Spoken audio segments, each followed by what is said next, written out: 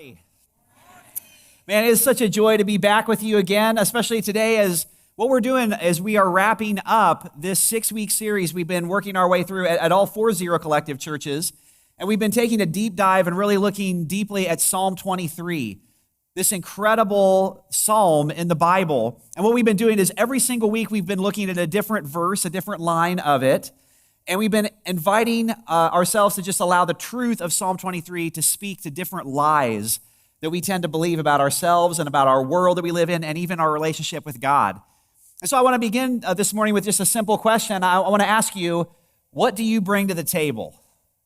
That is a question I guarantee most of us have heard in this room. It's a question you hear getting asked a lot. We ask this question in job interviews, right? If we were to hire you, what exactly do you bring to the table? This question is asked in dates with potential spouses. It's usually where the date starts to go downhill, right? If we were to get married someday, what exactly do you bring to the table? We hear this question asked even when it comes to sales pitches for products and services. If I buy in to whatever it is you're selling, what exactly do you bring to the table? And we all know when this question gets asked, what we're expected to do is to list our qualifications, our merits, our skills, whatever it is. Everybody in this room and everybody watching online, I guarantee you have something in your mind, some good aspect, some bright part of who you are that you would say, I know how I would answer that question. What do you bring to the table? When I was 17 years old in high school, I took a class called Independent Living. Some of you may have had that exact same class. Maybe it was called home ec when you went to school. But basically, it was like teaching life skills. And so I remember at the beginning of one particular week, the teacher said to us, at the end of this week, we are going to make a cherry pie together. That's what we're going to do. Everybody, we're going to all learn how to make a cherry pie. And she told us that all the ingredients were going to be provided for us except one. So there was only one ingredient that I, as a student, was expected to bring to the table. And the ingredient was cherries. Beautiful, bright red cherries. That everything else was going to be provided. That's the one thing I had to bring to the table for this assignment, to make a cherry pie. Well, the week went on. I forgot all about it. So literally the night before, I'm watching TV at my parents' house, and suddenly I go, oh man, that's right. Tomorrow is the day we're supposed to make that cherry pie. I got to go find cherries. And so I remember I went to my parents' deep freeze, and I opened it up, and it just so happened that a couple months before that, we had moved my grandma from the home she lived in for years and years into like an assisted living place. And my grandma, all her life, she canned her own vegetables, she preserved her own fruit. And so I remember opening my parents' deep freeze and lifting out, sure enough, there was this container. And on the container, in a label written in my grandma's own handwriting, it said, cherries, 1965. And I thought to myself, bingo, success. So I set the cherries out on the table to thaw overnight, and the next day I brought them into class to make the cherries. Here's what I remember about that experience. I remember at the end of class, my pie from the outside looked exactly like everybody else's pie. But when you cut into my pie, instead of these bright red cherries, the cherries I had in my pie were like sort of like gray and wrinkly. Kind of like my grandma, actually. They reminded me of my grandma, as a matter of fact. What I had brought to the table was inadequate, and my grades showed it. I had one job, bring cherries. That's the one thing I had to bring to the table. We've all had moments in our lives where what we have felt like, man, what I'm bringing to the table is just inadequate. My friend Greg Dempster talks about how we all learn from the time we're very little to live by the performance equation. This is what he refers to the performance equation as my performance plus people's approval of me equals my value. This is the equation that our entire world is based on. This is what we learn from a very young age to live by. If I perform well in work, in school, with grades, as a mother, at home, whatever it is, my performance, if I do all that, plus people's approval of that performance, well, that equals my value. That's the sum total of what I bring to the table. And when we grow up in a world like this and where we're constantly, believing this, it leads to believing the big lie that we're talking about this morning. And the big lie that we're talking about today is this lie that no one will love me if I don't perform. What do I bring to the table? My performance plus people's approval of that equals my value, and no one's going to love me if I don't perform, if I don't show up, if I don't bring something. There's not a space in this world, there's not a relationship I'm going to live in where I'm going to be valued unless I perform. This is what we know to be true. And today, what we're going to wrap up this series, we're looking at Psalm 23, verse 5. And verse 5 speaks directly to this lie that we tend to believe. So this is Psalm 23, verse 5. It says this, "You prepare a table before me in the presence of my enemies. You anoint my head with oil, my cup overflows." Now, we're only looking at one verse today, okay? So I'm going to read it again. And this time, I want you to really let it sink in what King David is saying with this psalm. He's speaking to God. And he says, "You, God, prepare a table before me in the presence of my enemies. You anoint my head with oil, my cup overflows." I just want to spend the next few minutes that we have together here talking and unpacking the truth of that verse. So if you've been with us these last 6 weeks, you know Psalm 23 it deals with a metaphor. It deals with this imagery. And all this entire time we've been looking at it, Psalm 23 talks about a shepherd with his sheep. That's the imagery. That's the metaphor that we've been given. It begins, "The Lord is my shepherd, I lack nothing. He makes me lie down in green pastures. He leads me beside still waters. He restores my soul." It's this imagery of a shepherd guiding his sheep. And that's what we've been looking at. But when you get to verse 5, what's interesting is suddenly the psalm takes a right turn, and no longer are we talking about a shepherd and sheep. Suddenly now the imagery changes, and we're talking about a generous host preparing a table for some honored guests, right? Sheep don't tend to eat at tables that have been prepared for them. Would that be your experience as well? Now, some people have pointed out, well, a shepherd would anoint the head of a sheep, to treat cuts and scrapes and bugs and all that stuff. And that's true. But also in the ancient Near East, if you were an honored guest at a table, what would often happen as a way to honor you is your head would be anointed with oil when you would recline at the table as an honored guest. And then also it says, "My cup overflows," which again seems to go better with, an honored guest at a table rather than sheep.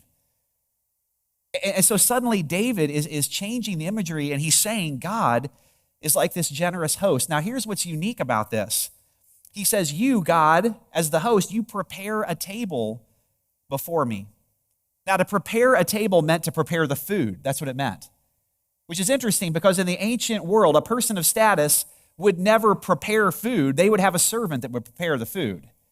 So the host would provide the food, the host would pay for the food, but someone else would prepare it. And what King David says is, no, God, the generous host of Psalm 23, verse 5, you prepare a table before me. He provides it, he pays for it, he prepares it. In other words, God does all the work. He does all of it. He provides it, pays for it, prepares it, puts it in front of him. You have prepared this table for me. That's what the imagery we're given is of this generous host preparing the table and inviting us to come and to experience it, what he's provided. What an incredibly beautiful picture. Now, why does that matter? It matters because what we're given here in this picture of a table is we're given a picture of what we have at the table of God. What we have with life with God is a picture of relationships and purpose. That's what we're invited into. Think about it. It says, you prepare a table before me. So at this table, I have status. I have relationships. I'm not alone. I'm not being judged. I'm not being condemned. I belong. I'm at this table where I'm welcomed. So I have relationships, but then also it says, my cup overflows. And in the ancient Near East, that was a symbol of productivity, of work, of abundance. It's not something where I'm having to prove myself or I'm having to earn it. It's something where I have purpose, I have meaning, my cup overflows, there's abundance. Why does that matter? Here's why that matters. If you think about what are the two areas that every single human being struggles in throughout their entire life, it's these two areas. Whatever is heavy in your life right now, I bet you could sum it up under one of those two headings, or maybe both of them. Relationships and purpose is where we struggle the most in our lives. And it's no wonder. If you begin at the very beginning of the Bible, the story of humanity really sums it up. Adam and Eve, the first human beings, when they are exiled from the Garden of Eden because they disobey God, they break relationship with him and they're exiled, what it says is their relationships are broken. So their relationship with God and their relationship with each other is fractured and damaged. But also when they're exiled from the garden, their sense of purpose with creation itself is broken. In the garden, they were supposed to be co-caretakers, co-creators with God, caring for the creation. But when they get out of the garden, when they're exiled, it says now a man is going to work by the sweat of his brow. There's going to be thorns. He's going to toil. And every single human being from that moment in human history to now, sitting here right now in this room, these are the two areas everybody struggles in. Everybody. Relationships and purpose. What's interesting is if maybe some of you'd say, man, I've got relationships. Maybe you have really meaningful, full relationships in your life. But if you have relationships and you struggle with purpose, then the way this lie that we're talking about begins to affect you is you will begin to perform in every relationship you have to gain approval. In fact, performing for people and pleasing people will become your purpose in life as you believe this lie.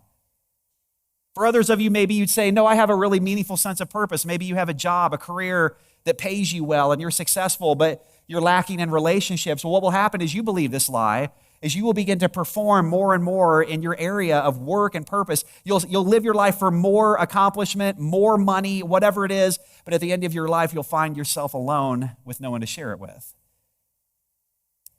And right now, more and more people are writing about how our world right now, we are in a loneliness epidemic.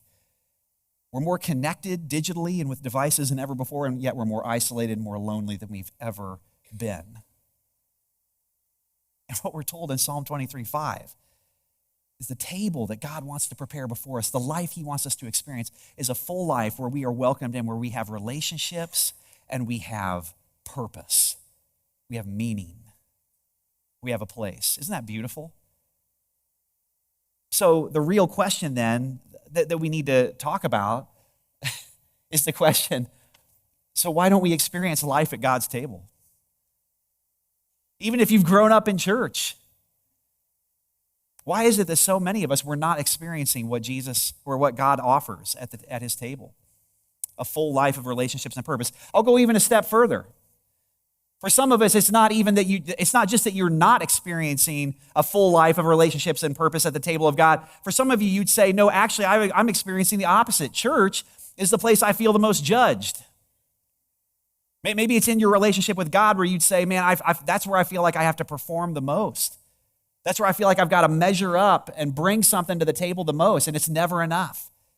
In fact, maybe you're only here today at church, or maybe the only reason you're watching online is because then you can check a box and say, that's one more good thing I did, to hopefully it will outweigh all the bad things I've done in my life. For many of us, this is our entire relationship with God. If we're not careful, what ends up happening is our Christian life will be nothing more than a manifestation of human effort. But God has not asked us to perform our Christianity so that we earn a seat at his table. Our seat at God's table has already been paid for, the gospel tells us, by Jesus' performance on the cross on our behalf. And so now we have his seat at the table. Through nothing that we've done, through nothing that we bring, through nothing that no good skill or ability would win us, it's just what he's provided for us. That's the gospel invitation that we we oftentimes drift away from and miss. Now, if you think this lie affects you, affects maybe some other people, but it doesn't affect pastors like me, you're wrong. Let me tell you exactly how this lie has affected me in my life. This lie that my performance plus people's approval equals my value, and therefore if I don't perform, I'm not going to be loved. For many years, when I was in my early 30s, when pastoring this very church, for years, what I would do is I was obsessed with the numbers. I've talked with you about this before. Some of you remember this. And here's what I remember is every single Sunday after church was over, after I was done preaching a message, after I was done talking and praying with people, before I could go home, I would go and I would find the clipboard. You know what the clipboard is? I don't know if you guys even still have it here. I'm not sure if we still even do this here, but at one time there would be, like during the sermon, during the message, there would be like a guy walking around the back of the room with a clipboard. And what he's doing is if you're wondering, I don't even know if we still do it, he's counting heads. That's what he's doing. He's counting, or butts in seats or whatever. And then he'd go over here, how many people came to the worship center? How many people came to hear me preach? That's the way I thought about it. How many people came and dropped their kids off in the kids ministry? What was that attendance number? And before I could go home, I knew where the clipboard was kept. I knew the drawer where it was kept. And so before I could go home on a Sunday afternoon, I had to go and I had to look at that clipboard and I had to know what the number was. And here's the thing. If the number was good, I felt good about me. And if the number was bad or wasn't what I was hoping for or wasn't what I was expecting, I felt bad about me. And this went on for a number of years, and what finally kind of began a change for me was my wife, Carrie. She and I have been married for 25 years. We have 4 boys now, and she confronted me. I remember one Sunday afternoon, our boys were still young back then. I remember I must have been in a bad mood after church, and I remember she just says to me, "Brian, did you know I can tell what the numbers were at church by the way you come home?" She says, "I can tell. If the numbers were good, I know it because you come in that door and you are a great dad. You're a great husband." And she said, but I can also tell when you come in the door, I can tell if the numbers were bad because for the rest of the day, the boys don't even want to be in the same room with you. And then she said, "And neither do I." Ouch. She was right. She was 100% right. Now, how did I get there? Like how in the world did I start believing that lie? Well, you can rewind the clock. I literally have this memory of being 8 years old and in my home growing up. I mean, these things are very deeply rooted from the time we're kids. And what I remember in my home growing up, whenever my uncle would come over to hang out, my dad and my uncle would sit at our dining room table in our house and they would drink whiskey together. I don't know what your family was like, okay, but my family, my uncle would come over and they would sit at the table and they would drink whiskey together. And here's what I remember. They would have the most incredible conversations. My dad and my uncle both are really incredibly intelligent, smart people. So I remember being an 8-year-old, like in the next room, and I remember listening to them. It's such a ridiculous memory. I literally remember listening to them talk. And I remember thinking like, man, they're using these big words to an 8-year-old. It's like they're using these giant words, these giant vocabulary words. And I wanted so badly to go in that room and I wanted to be at that table. I wanted to be talking with them. You know how it would go, like the more whiskey they drank, the more interesting the conversations became, the louder the conversations became. And so I literally have this memory of this is so ridiculous. I remember going to my parents' bookshelf and pulling out a dictionary and opening up this dictionary. And I remember memorizing what to me were like big fancy words. Like, oh, I'm going to memorize this word. And then what I tried to do is I tried to just sort of like stroll into the room while they're sitting at the table and like drop some sentence with some big fancy vocabulary word that I had learned. Isn't that silly? We all have like ridiculous memories like that. But I mean, you can draw a straight line. Fast forward to me in my early 30s. I mean, do you see it? I'm still walking into a room and I'm trying to drop some big words on a stage so that hopefully people will accept me at the table. Do you see it? And the numbers were the evidence that I was approved of. This lie affects us. And that's me. That's not you guys. None of you are struggling like that. But you've got something. You've got your own thing. What is the table that you're trying to be accepted at? Where are you believing this lie that nobody's going to love me unless I perform, so I better show up and I better bring something to the table? Where is that space in your life? Do you want a hint? If you're wondering, think about the places where you feel the most judged. Because here's what we do. Wherever those areas are that we're trying to measure up, that we're trying to perform so that we can be approved of, so that we can be loved, so that we can be accepted, we will appoint judges to judge us. For me, it was the clipboard and the numbers. But for some of you, it's the scale. Every morning, the scale judges you. The mirror judges you.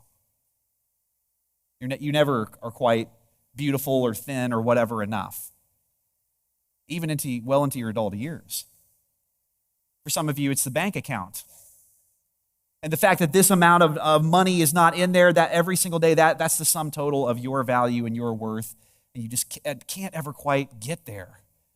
The bank account judges you. For some of you, it's your failures. It's your past judges you. For others of you, it's your age is judging you every single day. And I think the worst one, when you get to be my age, you get to a point where your kids' choices judge you. Somehow what they decide to do or don't decide to do is somehow a reflection on you and the way you lived your life and how good a job you did. And this is what we do. I could go on and on and on. You get the picture. Wherever those places are in your life where you're feeling constantly judged, that's the table you're trying to be accepted at. That's the place you're trying to bring some sort of approval. That's the place you're just torturing yourself to try to show up and be approved of. I came here today to open Psalm 23, verse 5, and I came to ask you the question, have you had enough? Are you tired of performing? Are you worn out from living by the performance equation all the time? My performance plus people's approval equals my value, and that's the sum total of my entire life. Are you tired of that? Do you want some good news? Do you? Good, because there's some good news.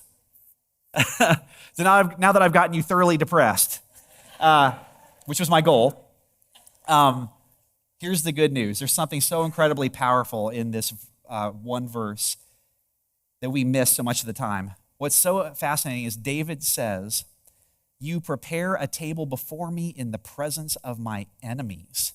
It's a strange line, isn't it? He's describing a full life with God, the best life that we could possibly have. So the question I'd love to just ask is, why is it a table in the presence of my enemies? You ever wondered that? Like, why wouldn't it be a table in the presence of my friends? A table in the presence of my family, people who love me, people who actually care about me. That's the table. When I think of like, what's a great life, what's a full life with God, that's what I think of. It's a table celebrating all in eternity with my best friends. My enemies aren't even in the picture. That's not what King David says. King David literally says a picture of a full life with God is he prepares a table before me in the presence of my worst enemies. Well, think about this for a minute. If they're my enemies, then what does that make me at the table? I'm their enemy, aren't I?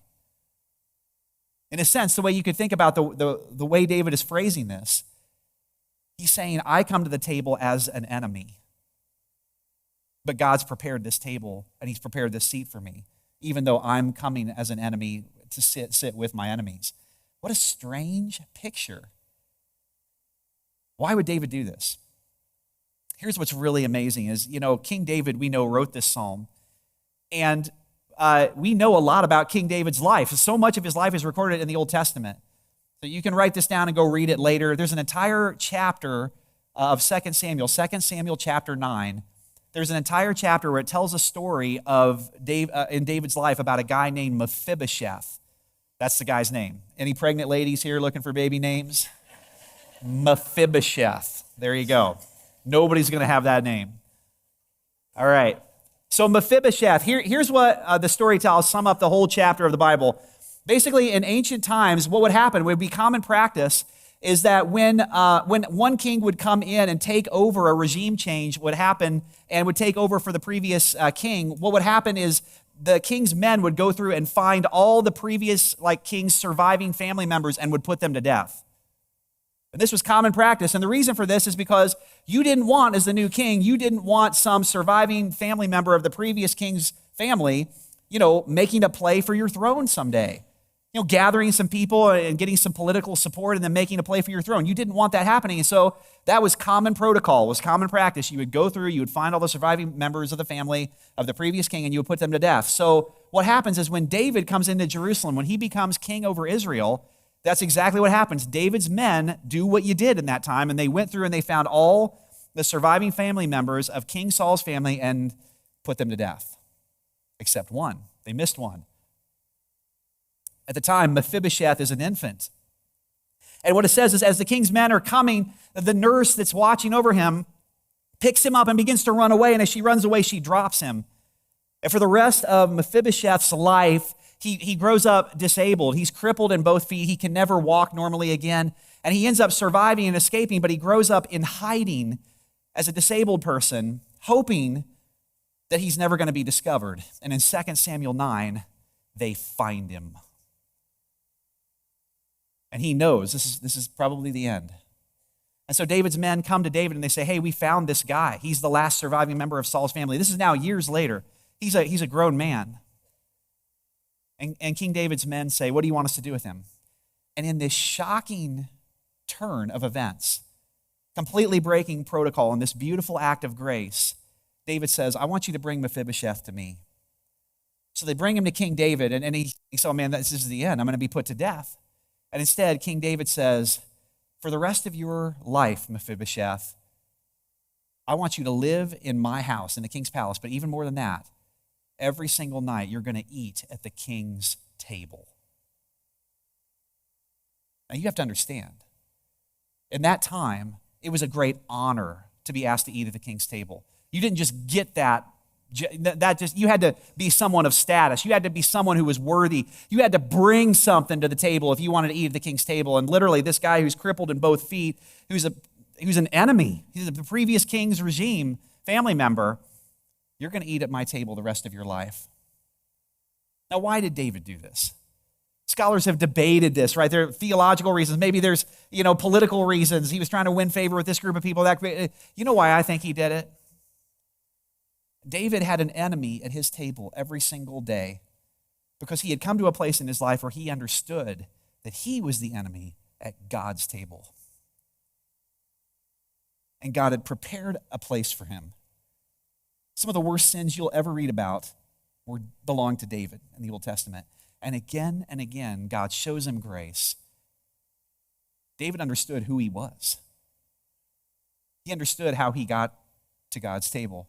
That's why he's able to write these words, you prepare a table before me in the presence of my enemies. The only way a guy like David can extend grace to a guy like Mephibosheth is because that guy understands that he was the enemy at God's table. And God made a place for him. And it's the same for the rest of us. We cannot extend grace to others. We cannot live out of the overflow and the abundance of our seat at the table, our identity that's secure in Christ, unless we understand that we were the enemies at God's table. When you receive the truth that you were the enemy at God's table and he prepared a place by Jesus' death on the cross so that you could have his seat, what happens is you stop performing to try to earn your place at God's table. And instead, those places where you feel judged, those places where you feel like you don't measure up, those places are the places in your life you start learning to trust him. Those become the places of deep trust and abiding in your relationship with God. That's what happens. For me, what's changed as this truth has continued to work its way into my life and out into all of my relationships? Here's what I can genuinely say to you. I can stand here and genuinely say to you that for me, I am free today to love you without needing your approval. That's what's changed. Don't get me wrong. I don't mean this offensively. I care about you. I love you. I love all the people and all the congregations of all the Zero Collective churches.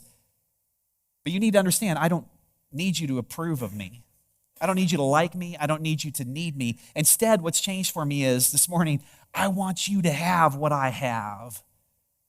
I want you to be free.